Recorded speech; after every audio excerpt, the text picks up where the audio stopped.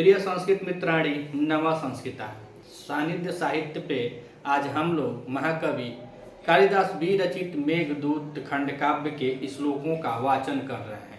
अब तक हम लोगों ने 3 श्लोकों का वाचन कर लिया है और आज हम चौथे श्लोक का वाचन करेंगे। महाकवि कालिदास द्वारा यह विरचित मेघदूत खंड काव्य 2 खंडों में विभक्त है, पूर्व मेघ और उत्तर मेघ।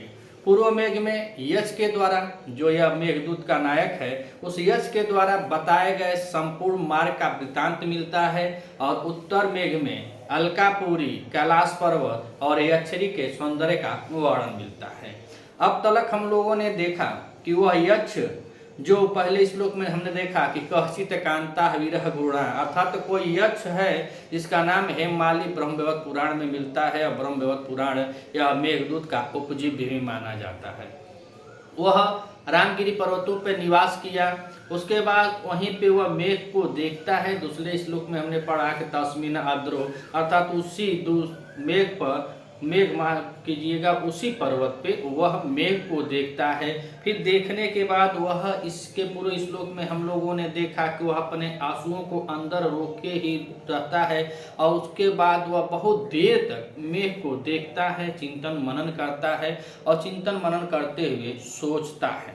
बहुत देर तक सोचता है कि जो सुखी लोग हैं उनके मन में भी मेघ को देखने पर अन्यथा वृत्ति, अन्यथा चंचलता उत्पन्न हो जाती है। तो कवि जी बतलाए कि जो अपनी प्रियतमा से, जो अपनी दैता से, जो अपने जाया से, जो अपने भार्या से दूर है उनका क्या होगा। अर्थात जो ये छड़ी है, जो इस मेघदूत की नायिका है, वह अलकापुरी में है और नायक है रामगिरी पर्वत पे। यहाँ तक हम लोगों ने देखा, पढ़ा और हम सब विदित हैं कि पूर्व मेघ और उत्तर मेघ, अर्थात मेघदूत में मंदाक्रांता छंद है और मंदाक्रांता छंद में ही संपूर्ण मेघदूत निबद्ध है और इसमें 4, 6 और 7 पर यत होती है। तो आइए अब हम आज देखते हैं श्लोक नंबर 4 और इसमें भी कौन सी छंद है, तो मंदाक्रांता छंद है। 4 पे, 6 पे और 7 पे यत होती है। कुल यह मंदाक्रांता छंद में एक पंक्ति में 17 वर्ण माने जाते हैं, 17 वर्ण होते हैं। तो आइए देखते हैं आज के चौथे श्लोक को और श्लोक को हम पढ़ेंगे। उसके बाद जो इसमें महत्वपूर्ण टिप्पणियां हैं, चाहे व्याकरणात्मक हो चाहे शब्दार्थ के रूप से हो, तो उस पर भी हम लोग चर्चा करते चलेंगे। तो शुरू करते हैं आज की क्लास को कि मेघदूत के चौथे श्लोक से। अगर आप इस चैनल पे नए हैं तो चैनल को सब्सक्राइब कीजिएगा, वीडियो अच्छी लगे तो अपने मित्रों तक शेयर कीजिएगा और ज्यादा से ज्यादा लाइक कीजिएगा। आइए पढ़ते हैं श्लोक नंबर 4। प्रत्यासन्ने नभसि दयिता जीवितालम्बनार्थी। प्रत्यासन्ने नभसि दयिता जीवितालम्बनार्थी।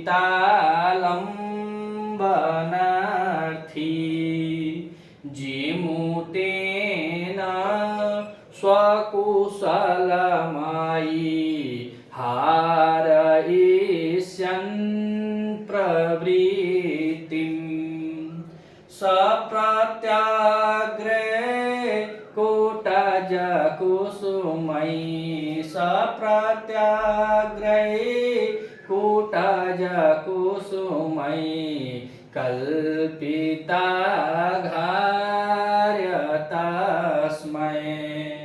प्रीतः प्रीति प्रमुखवचनं, प्रीतः प्रीति प्रमुखवचनं। स्वागतं व्याजहारं, स्वागतं व्याजहारम। तो कह रहे हैं कवि जी कि सह, वह सह से किसका बोध हो रहा है, तो यक्ष का बोध हो रहा है। जो यक्ष है उसके बारे में बता रहे हैं कि सह जो यक्ष है और यह सह का विशेषण है प्रीत। क्या है, प्रीत। वह प्रसन्नचित्त मन वाला या प्रसन्नचित्त हृदय वाला जो यक्ष है, स्वागतम व्याजहारः, स्वागत के वचनों से स्वागत करता है, स्वागत के वचनों से उसका स्वागत करता है। तो स्वागतम व्याजहारः, वह स्वागत बोला। सह प्रीतः, वह प्रसन्नचित हृदय वाला यक्ष, तो यह यक्ष स्वागत के वचनों को व्याजहार वह बोला। तो सह प्रीतः स्वागतम व्याजहारः, वह यक्ष स्वागत के वचनों को बोला। काहे कि व्याजहार जो है यह क्रियापद है, तो व्याजहार में जो क्रियापद है तो इसीलिए यहाँ पे सह माने जो उसका कर्ता है, तो सह प्रीत, यहाँ पे कर्ता जो है वह कौन है, यक्ष है। तो यक्ष उसको बोला, क्या बोला, स्वागतम व्याजहार, वह यक्ष उसका स्वागत बोला। और कैसे बोला, तो यह स्वागत के यहाँ पे विशेषण दिए हैं, क्या है, तो यह सह का विशेषण है प्रीत, अर्थात तो पहले अपने हृदय से प्रसन्नचित हुआ। अगर आप कहीं जाएंगे या आपके घर कोई आता है तो आप ऐसा ही थोड़ा ना बोल देंगे कि अरे आओ आओ बहुत अच्छा है, अरे बहुत ठीक होगा। पहले आप अपने मन को, अपने तन को, अपने चित्त को प्रसन्नचित करेंगे कि हाँ कोई मेहमान आया। वैसे भी हम भारतवासी हैं तो हमारे लिए देव अतिथि भव होता है। तो आपके घर कोई आएगा तो आप बड़े स्नेह के साथ जाएंगे, बड़े प्रेम के साथ जाएंगे, हंसते हुए आप उनका स्वागत करते हैं। ठीक वैसे ही कह रहे हैं कि सह प्रीत, पहले वह अपने मन को, तन को प्रसन्नचित किया कि अच्छा तो हुआ, अच्छा हुआ प्रभु, कम से कम आप तो आए। 8 महीने से इस रामगिरी पर्वत पे कोई दिख नहीं रहा है, लेकिन आषाढ़स्य प्रथम दिवसे मेघमालिष्ट सानुम। आषाढ़ के पहले दिन, पिछले श्लोक में हमने देखा कि आषाढ़ के पहले दिन वह यक्ष बेचारा मेघ को रामगिरी पर्वत की चोटियों पर देखता है। तो यही कह रहा है कि सह प्रीतः, वह बड़े प्रेम स्नेह के साथ स्वागत के वचन बोला। और कैसा बोला, तो कह रहा है कि प्रीति ही प्रमुख वचन, प्रेम से युक्त, जो प्रेम से युक्त प्रणय वचन होते हैं, ऐसे वचनों से वह स्वागत बोला। कौन बोला, तो सह यक्ष, सह प्रीत, अर्थात वह यक्ष प्रीति प्रमुख वचनम, प्रेम से प्रणय वचन, जो प्रेम से ओतप्रोत हो, जो स्नेह से युक्त जो वचन होते हैं, उन वचनों से वह स्वागतम व्याजहारम, वह स्वागत को बोलता है। अब यहाँ पे बता दिए कि सह प्रीति प्रमुख वचनम स्वागतम व्याजहार, तो वह प्रसन्नचित हृदय वाला, जो प्रसन्नचित मन से जो यक्ष है, वह प्रेम से युक्त प्रणय वचनों से उसको स्वागत बोला। अब आगे कह रहे हैं कि प्रत्याग्रह कुटज कुसुमय, प्रत्याग्रह कुटज कुसुमय, अर्थात कैसे स्वागत किया। तो आप लोगों ने, सब लोगों ने देखा होगा, सुना होगा, और सब लोग करते भी हैं कि सब लोग भगवान सूर्य को जैसे अर्घ देते हैं, तो यह नहीं कि आप भगवान सूर्य के ऊपर चाहे भगवान सूर्य के चरणों में आप जल को समर्पित करते हैं। बस आप एक कल्पना कर लेते हैं कि हे प्रभु, हम आपको जल देते हैं, सूर्य नारायण, हे भोलेनाथ, हे शंकर, हे देवी देवता, हम आपको, हे गावे गढ़ी बाबा, हे काली माई, यह सब आप लोग अपने अंदर कल्पना करके कि डी सायर काली माई सबको आप अर्घ देते हैं। वैसे ही यह भी अब स्वागत करते हुए अर्घ देता है। तो कह रहे कि प्रत्याग्रह कुटज कुसुमः कल्पिता घार्य तस्मै, तो तस्मै से किसका बोध हो रहा है, तो यहाँ पे मेघ का बोध हो रहा है। तस्मै से किसका बोध हो रहा है, मेघ का बोध हो रहा है। तो वह मेघ को कुटज कुसुमय, कुटज पुष्प होता है जिसको पर्वती चमेली कहा जाता है, पर्वत की चमेली है। तो पर्वत के चमेली जो है, उस चमेली के पुष्पों से, और कैसा वह पुष्प है, तो कह रहे हैं प्रत्याग्रह, अर्थात तत्काल में तोड़े गए अग्रभागों से, तत्काल। अब वहां पे कुछ है नहीं, वह देखा, पहले तो स्वागत बोला कि हे मित्र आपका स्वागत है, अहो भाग्य की आप आए हमारे यहाँ, अहो भाग्य की आप पधारे। और इतना कहने के बाद कह रहे हैं कि प्रत्याग्रह कुटज कुसुमः, अर्थात तत्काल में तोड़े गए अग्रभागों से पर्वती चमेली के पुष्पों से कल्पिताग्राय तस्मै, अर्थात वह कल्पित अर्घ देता है किसको, मेघ को। तस्मै में किसको देता है, मेघ को। मेघ को वह कल्पित अर्घ देता है और किससे देता है तो कुटज कुसुमः प्रत्याग्रह, कुटज के पुष्पों से। और वह पुष्प कैसे हैं तो उनका विशेषण बताया कि प्रत्याग्रह तत्काल तोड़े गए अग्रभाग से जो पुष्प हैं चमेली के, उन पुष्पों से कल्पिताग्रह तस्मै, वह उस पुष्पों से वह कल्पित अर्घ देता है। किसको देता है तो मेघ को देता है। तस्मै से बोध किसका होगा, मेघ से होगा। कल्पिताग्रह कौन है तो वह यक्ष कल्पिताग्रह देता है। किसको देता है तो मेघ को देता है। और कैसे तो कह रहे हैं कि कुटज कुसुम है, यानी कि कुटज के पुष्पों से। और वह पुष्प कैसे हैं तो अग्रभाग से तत्काल में तोड़े गए ऐसे पुष्पों से वह कल्पित अर्घ देता है। किसको, मेघ को देता है। तो दो लाइन आप लोगों को समझ में आ गई होगी। पहले वह यक्ष प्रीति प्रमुख वचनों से स्वागत बोलता है और स्वागत बोलने के बाद फिर से कुटज के पुष्पों से, पर्वती चमेली के पुष्पों से कल्पित अर्घ देता है। किसको देता है तो मेघ को देता है। मेघ को वह अर्घ देता है। अब काहे देता है, अब बिना स्वार्थ के तो क्यों हो ही ना, तो बिना स्वार्थ का तो यहाँ पर कुछ ही ना है। तो वही बता रहे हैं ऊपर के दो लाइनों में वह काहे अर्घ दे रहा था, हैं? तो देखिए कह रहे हैं क्या कि प्रत्यासन्ने नभसि दयिता जीविता लंभनाथी जीमुतेन स्वकुशलमयी हारयिष्यन् प्रवृत्तिम्।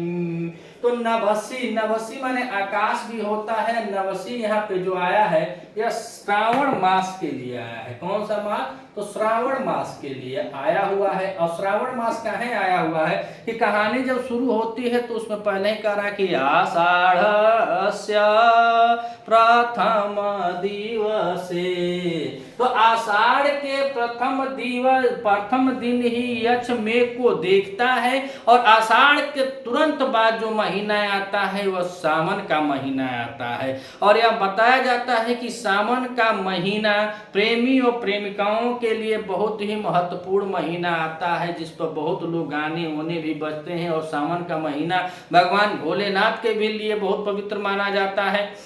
और प्रेमी प्रेमिका हो, पति पत्नी हो, दाम्पत्य में जो भी मतलब जिसका जोड़ा भगवान बनौले हो, सबके लिए सावन का महीना महत्वपूर्ण माना जाता है। और उसमें सावन का महीना है तो कह रहे हैं कि नवसी अर्थात सावन के महीने को प्रत्यासन्ने नजदीक देखकर, जब सावन का महीना आषाढ़ के बाद सावन का महीना आएगा तो कह रहे हैं कि नभसी प्रत्यासन्ने, सावन के महीने को नजदीक देखकर दयिता जीवित आलम्बनार्थी, अर्थात दयिता माने पत्नी के लिए अपने बता रहा है, तो पत्नी होती है दयिता, जाया, भार्या।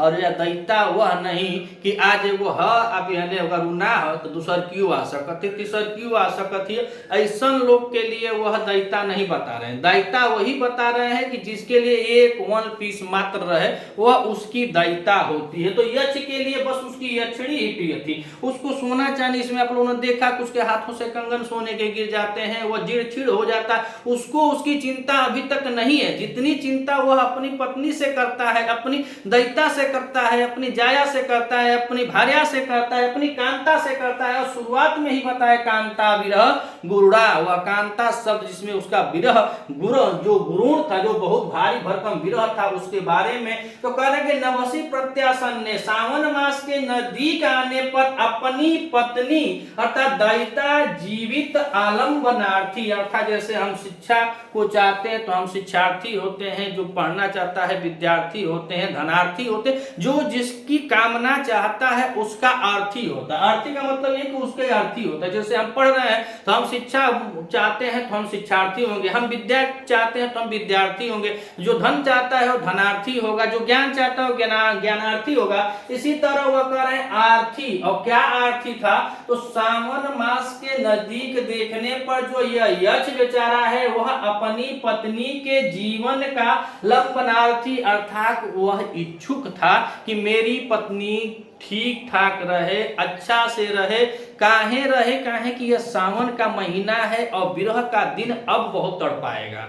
वो तो तड़प ही रहा था, जब आया था तो अपने श्राप के 8 महीने को काट चुका है, और आगे सावन का महीना जब लगता है तो अब उससे वह विरह बर्दाश्त न हो और उस विरह में कहीं उसकी जान न चली जाए। काहे कि कामुक यक्ष है बेचारा, अति स्नेह पाप संकी, जो महाकवि कालिदास जी विज्ञान शाकुंतल में बताएं कि अति स्नेह पाप संकी, जिससे अतिक स्नेह होता है वहां पाप भी बहुत उत्पन्न होता है। दिमाग अलग अलग ख्याल आते हैं दिमागों में, उसी तरह इसके अंदर भी यह ख्याल आ गया कि सावन का महीना नजदीक है और सावन का महीने को नजदीक देख करके अपने दैता कहीं उस सावन के महीने में इसकी पत्नी को कुछ हो न जाए, यह सोच न ले कि कहीं मेरे स्वामी रहे हैं कि नहीं है, क्या हाल है नहीं हाल है। ऐसे वह सोचते हुए अपनी दैता के जीवन का लंबनार्थी अर्थात अपनी पत्नी के जीवन के सहारा देने वाला यह सोच लेता है कि कुछ ऐसा काम करूं कि उसको पता चल जाए। काहे कि यहाँ पे बताया गया है कि जब यक्ष श्रापित होता है तो वह कुबेर के राजमहल से ही डायरेक्ट निष्कासित हो जाता है। वह किस पर्वत पर चला जाता है? रामगिरी पर्वत पे, और दूतों के द्वारा संदेशा भेजा जाता है यक्षिणी को, तुम्हारे पति को श्राप मिल गया है और राज्य से निष्कासित हो गया है। और यह सोच करके यक्ष अब अपने मन में ही डर रहा है कि कैसे मैं क्या कहूं, कैसे मैं बताऊं अपनी पत्नी को, कैसे धीर बधाऊं कि हम जहां हैं जैसे हैं अच्छा है। यही सोचकर बेचारा डर रहा है। तो कह रहे कि नवसी प्रत्यासन ने सावन मास के नजदीक होने पर अपनी पत्नी के जीवन का आर्थी अर्थात अपनी पत्नी के जीवन को चाहने वाला या अपनी पत्नी के जीवन को समझने वाला या उसको सहारा देने वाला या सहारा देने के लिए स्वकुशलमयी हारिष्यम प्रवित्यम, स्व माने अपनी कुशलमयी अपनी कुशलता का, प्रवित्तम माने समाचार को, हारिष्यम मतलब हरण करवाना चाहता है अर्थात भेजना चाहता है। वह सावन मास नजदीक है, उसके पास संदेशा चला जाएगा कि मोर पपुआ का पापा सही है, मोर भरकवा का दादा सही है, जहां है हमारे स्वामी एकदम गच हैं, फिट फाट हैं। तो उसको सावन में जो मेरा विरह है उसको नहीं तर पाएगा, नहीं तो ऐसा कहीं न हो जाए कि वह पता न चले कि है कि नहीं है, क्या सोचती होगी क्या नहीं सोचती होगी। आगे सावन का महीना लगा हुआ है तो वह अपने नश्वर शरीर को कहीं त्याग न दे। इस भय के कारण बेचारा यक्ष जो है वह सावन मास के नजदीक होने पर अपनी पत्नी के जीवन याचना करता हुआ अपनी पत्नी के जीवन की लंबनार्थी अर्थात इच्छा रखने वाला, स्वकुशलमयी अपनी कुशलता का, प्रवृत्तम माने समाचार को, हारिष्यम अर्थात हरण करवाना चाहता है, भेजना चाहता है। किसके द्वारा? तो कवि जी आगे लिखे जीमुतेन अर्थात मेघ के द्वारा अपनी कुशलता को भेजना चाहता है। और मेघ इसमें क्या है बाबू? तो इसमें यह साधन है, साधकतम करण तृतीया विभक्ति लगी है जीमुतेन में, तो यह साधन है। तो यह मेघ के द्वारा सकुशलमयी अपनी कुशलता का, प्रवृत्तम माने समाचार को, हारिष्यम माने भेजना चाहता है कि मैं जहां हूं वहां सुखमय हूं, खुश हूं, कोई दिक्कत नहीं है। अगर इतनी बात यह मेघ मेरा समाचार ले जाकर सावन मास तक आते आते, जैसे सावन मास आएगा तब तक मेघ तो पहुंच ही जाएगा, और जब पहुंच जाएगा तो वहां जाकर जब यह संदेशा दे देगा तो एकदम निश्चिंत होकर मेरी वाली मेरा 4 महीना और इंतजार कर लेगी और जो लेगी और जितना है वह जीवित रहेगी, यह सोचेगी कि हाँ वह सही है। तो यहाँ तक हम लोगों ने इस श्लोक के अर्थों को देखा। अब इस पर हम लोग अब शब्दार्थ और महत्वपूर्ण जो व्याकरणात्मक टिप्पणियां हैं उस पर हम चर्चा करते हैं। अब हम व्याकरण के टिप्पणियों को देखेंगे, तो आइए एक बार फिर इसको देखते हैं कि प्रत्यासन्ने नाभसी दयिता जीविता लंबनार्थी। तो प्रत्यासन्ने और नभसी, तो नभसी में हम देखें तो यह सप्तमी का एक वचन लगा हुआ है, नवसी में पर में लगता है। तो सावन मास के नजदीक आने पर अप्रत्यासन्ने में प्रति प्लस आसन्ने ऐसे हो जाएगा, अर्थात इसमें यड़ संधि लगी हुई है। तो यड़ संधि है और इसमें भी सप्तमी का एक वचन लगा हुआ है। तो नवसी में सप्तमी का एक वचन है और प्रत्यासन्ने में भी सप्तमी का एक वचन है और प्रत्यासन्ने में यड़ संधि हुई है। और प्रत्यासन्ने बना कैसे है, तो प्रति उपसर्ग पूर्व और आ उपसर्ग पूर्व, प्रति और आ उपसर्ग पूर्व, इसमें सद धातु है और सद धातु के साथ इसमें कत प्रत्यय किया गया है। तो शब्द बना है क्या, प्रत्यासन्ने। तो सावन मास के नजदीक आने पर क्या हो जाएगा, सावन मास के नजदीक आने पर दयिता जीविता आलंबनार्थी अपनी पत्नी, अपनी भार्या, अपनी जाया या प्रिया के जीवन को सहारा देने के लिए स्वकुशलमयी अपनी कुशलता का हारिस्यम प्रवृत्तम, प्रवृत्तम माने समाचार को हरण करवाता है। तो यहाँ पे देखिए दयिता माने आप जानिए दयिता माने पत्नी होता है, जीविता माने जीवित, और आलंब को देखें तो यहाँ पे आ उपसर्ग पूर्वक इसमें लंब धातु है, लंब धातु है और लंब धातु के साथ इसमें ल्युट प्रत्यय किया गया है। क्या किया गया है, ल्युट प्रत्यय। तो नभसी सप्तमी का एक वचन, प्रत्यासन्ने सप्तमी का एक वचन है। तो नभसी मतलब सावन मास के नदी के आने पे अपनी पत्नी की जीवन का लंबनार्थी, अर्थात जो इच्छा रखने वाला है, जो सोच रहा है कि मेरी प्रिया के जीवन को सहारा देने वाले, स्वकुशलमयी अपनी कुशलता का प्रवृत्तम, अप्रवृत्तम मतलब होता है समाचार, और प्रवृत्ति में देखें तो यहाँ पे प्र उपसर्ग लगा हुआ है और प उपसर्ग के साथ इसमें वृत्त धातु है और वृत्त धातु के साथ इसमें कित्तिन प्रत्यय किया गया है।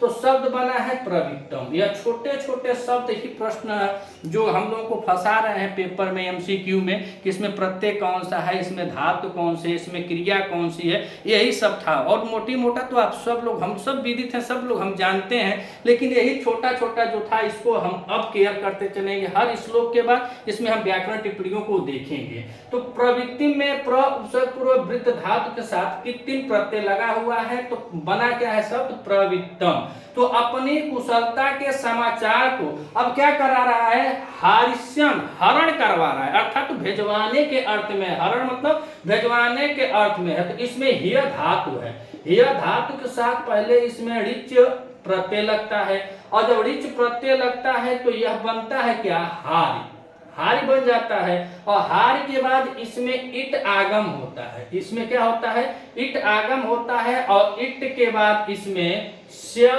और स्य के बाद इसमें सत्र प्रत्यय लगता है। तो शब्द बनता है हारिस्यम। पहले हारिस्यम को समझे तो हिय धातु के साथ पहले इसमें ऋच प्रत्यय लगता है, तो शब्द बनता है हार, और हार में इट का आगम करके इसमें लगता है कौन सा, तो स्यद के साथ सत्र प्रत्यय लगता है, तो बनता है हारिस्यम, हारिस्यम बनता है। तो अब हम लोगों ने देखा कि नवसी मास अपने स्वकुशल को, अपनी कुशलता को भेजवाना चाहता है, अपनी कुशलता के समाचार को भेजवाना चाहता है। कैसे भेजवाना चाहता है, तो कह रहा है जीमूतेन, जीमूत माने होता है मेघ, और इसमें लगा है तृतीया विभक्ति। क्या है लगा है, तो साधकतम करण से लगा हुआ है, इसमें तृतीया विभक्ति। तो जैसे हम लोग पढ़ते हैं कि राम ने बाण से बाली को मारा, तो इसमें जो साधन होता है वो बाण होता है। तो बाण जो होता है बाणेन, हम लोगों ने पढ़ा एग्जाम्पल में, जब हम व्याकरण पढ़ते तो उसमें पढ़ा बाणेन, रामेण बाणेन हतः बाली, अर्थात तो वह बाण से मार, जो साधन होता है उसमें तृतीया लगती है। इसी तरह जीमूत शब्द का अर्थ होता है मेघ, और जीमूतेन का मतलब होता है मेघ के द्वारा, मेघ के द्वारा। तो वह जो यच है, स माने किसका बोध हो रहा है, यच का बोध हो रहा है, और यह स का विशेषण है क्या, प्रीत। तो जो यह यच है वह सावन मास नजदीक आने पर अपनी पत्नी के जीवन की रक्षा के लिए, अपने जीवन, पत्नी के जीवन को सहारा देने के लिए स्वकुशलमयी अपनी कुशलता का प्रवृत्तम माने समाचार को, हारिस्यन माने हरण करवाना या भेजने की इच्छा से रखता है, किसके द्वारा, तो करे जीमूतेन, मेघ के द्वारा अपनी कुशलता का समाचार भेजने की इच्छा रखने वाला सह। अब यहाँ पे आ जाइए, सह वह, यक्ष करता क्या है, तो प्रीत, पहले प्रसंचित मन से प्रीति प्रमुख वचनम अर्थात प्रणय भरे वचनों से स्वागतम व्याजहार, स्वागत बोलता है। और स्वागत को देखें तो सुधन आगतम, इसमें देखा जाए तो सु प्लस आ प्लस गम धातु है और गम धातु में कत प्रत्यय किया गया है तो शब्द बना है स्वागतम। और व्याजहारों को देखा जाए तो व्याजहार में बी उपसर्ग पूर्वक और आंग उपसर्ग पूर्वक, इसमें कौन सी धातु है? इसमें भी हिय धातु है, हरण के योग में है। लेकिन कवि कालिदास जी बी और आंग उपसर्ग जोड़ करके इसको करने के अर्थ में व्यक्त कर दिए हैं। और यह लिट लकार प्रथम पुरुष एक वचन की क्रिया लगी हुई है व्याजहार।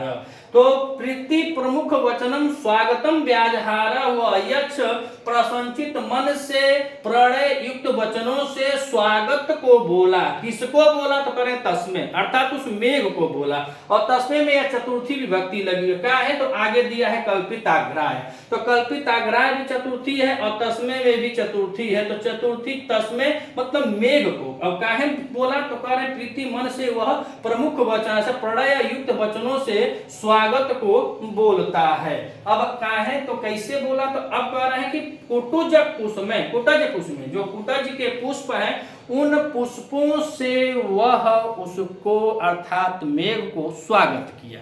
अब काहे किया? तो कह रहे हैं कि प्रत्याग्रह, और इसमें भी यड़ संधि है, प्रतिधन आग्रह, इसमें भी यड़ संधि है, प्रत्यासन्ने में भी यड़ संधि है और इस प्रत्याग्रह में भी यड़ संधि है। तो कह रहे कुटज कुसुमें, कुटज के पुष्पों से, और देखिए बहुवचनांत है, प्रत्याग्रह और कुटज कुसुमें दोनों बहुवचनांत है कि कुटज के पुष्पों से। और पुष्प कैसे हैं? तो कह रहे प्रत्याग्रह जल्द या तत्काल भाव से आगे के भाग से तोड़े गए चमेली, जो पहाड़ी चमेली है, उन पुष्पों से कल्पिताग्राय तस्में, अच्छा कल्पना पूर्व अर्घ दे करके किसको? तो मेघ को प्रीति प्रमुख वचनम, प्रीति या प्रणय युक्त वचनों से स्वागत बोला। पहले कुछ कहा नहीं, अभी उस मेघ का स्वागत करता है। और दयिता जीवित लंबनार्थी में देखें तो इसमें षष्ठी तत्पुरुष समास लगा हुआ है। षष्ठी तत्पुरुष समास है दयिता जीविता लंबनार्थी में षष्ठी तत्पुरुष समास है।